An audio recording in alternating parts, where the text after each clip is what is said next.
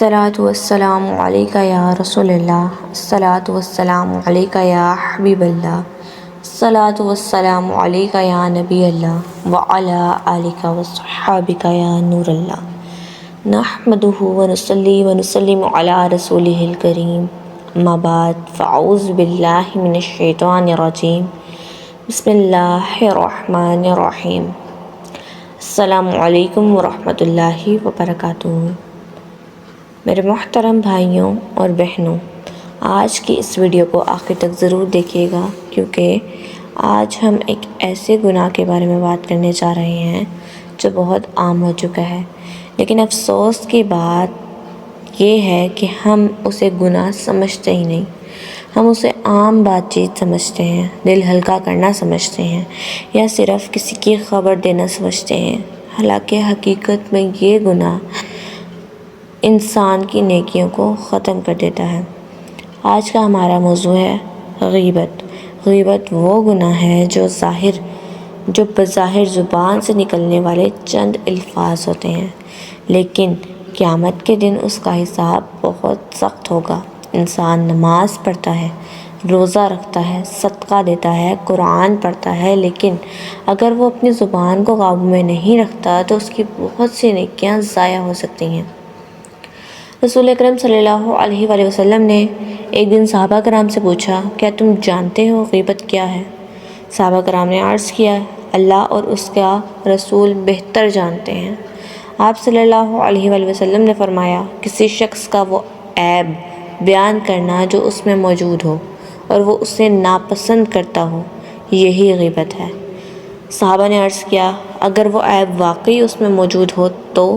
آپ صلی اللہ علیہ وآلہ وسلم نے فرمایا، اگر وہ عیب اس میں موجود ہے تو یہ غیبت ہے، اور اگر وہ عیب اس میں موجود نہیں ہے تو یہ بہتان ہے، اور یہ اس سے بھی بڑا گناہ ہے۔ اللہ تعالیٰ نے قرآن کریم میں غیبت کی سنگینی کو بیان کرتے ہوئے فرمایا، سورہ حجرات کی آیت نمبر 12 ہے، اور تم میں سے کوئی شخص کسی کی غیبت نہ کرے۔ کیا تم میں سے کوئی پسند کرے گا کہ وہ اپنے مردہ بھائی کا گوشت کھائے؟ یقیناً تم اسے ناپسند کرو گے۔ سوچیے، اللہ تعالیٰ نے غیبت کو مردہ بھائی کا گوشت کھانے سے تشبیہ دی ہے۔ اس مثال سے اندازہ ہوتا ہے کہ اللہ کے نزدیک یہ گناہ کتنا سنگین ہے۔ آج کے دور میں غیبت ہماری محفلوں میں، گھروں میں، فون کالز اور سوشل میڈیا میں عام ہو چکی ہے۔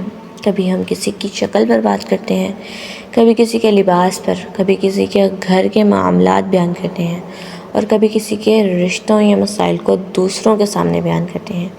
اکثر لوگ کہتے ہیں، میں تو بس سچ بتا رہی ہوں، میں تو صرف نصیحت کر رہی ہوں، میں تو صرف مسئلہ بیان کر رہی ہوں۔ لیکن یاد رکھیں، اگر وہ بات اس شخص کو بری لگے اور وہ وہاں موجود نہ ہو تو وہ غیبت ہے۔ قیامت کے دن غیبت کا انجام بہت سخت ہوگا۔ حدیث میں آتا ہے کہ قیامت کے دن ایک شخص اپنی بہت سی نیکیاں لے کر آئے گا۔ اس نے نمازیں پڑھی ہوں گی، روزے رکھے ہوں گے اور صدقہ دیا ہوگا، لیکن اس نے لوگوں کی غیبت بھی کی ہوگی۔ پھر اس کی نیکیاں ان لوگوں کو دے دی جائیں گی جس کی اس نے غیبت کی تھی۔ اگر نیکیاں ختم ہو جائیں گی تو ان لوگوں کے گناہ اس کے نامہ اعمال میں ڈال دیے جائیں گے۔ اسی لیے ہمیں اپنی زبان کی حفاظت کرنی چاہیے۔ غیبت سے بچنے کے چند عملی طریقے یہ ہیں۔ سب سے پہلے یہ کہ انسان بولنے سے پہلے سوچے کہ جو بات میں کہنے لگا ہوں اس میں کسی کی برائی تو نہیں۔ دوسری بات یہ کہ اگر کسی مجلس میں غیبت شروع ہو جائے تو موضوع بدلنے کی کوشش کریں۔ اگر ممکن ہو تو اس شخص کا دفاع کریں یا خاموشی اختیار کر لیں۔ رمضان المبارک ہمیں اپنے نفس کی تربیت سکھاتا ہے۔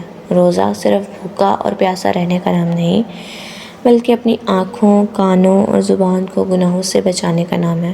اگر ہم روزہ رکھیں لیکن زبان کو قابو نہ کریں تو روزے کا مقصد پورا نہیں ہوتا۔ اس لیے ہمیں دوسروں کے عیب تلاش کرنے کی بجائے اپنے عیبوں کی اصلاح کرنی چاہیے۔ جو شخص اپنی زبان کی حفاظت کر لیتا ہے وہ اپنے دین کا بہت بڑا حصہ محفوظ کر لیتا ہے۔ اگر آپ یا آپ کے بچے قرآن کریم ناظرہ اور تجوید کے ساتھ ترجمہ تفسیر بھی سیکھنا چاہتے ہیں تو الحمدللہ ہماری آن لائن قرآن کلاسز بھی موجود ہیں۔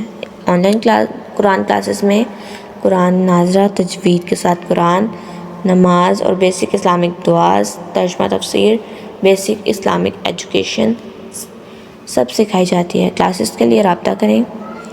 بایو میں آئی ڈی مینشن ہے، ٹک ٹاک آئی ڈی اور انسٹاگرام آئی ڈی مینشن ہے، وہاں پر آپ مجھے ڈی ایم کر سکتے ہیں۔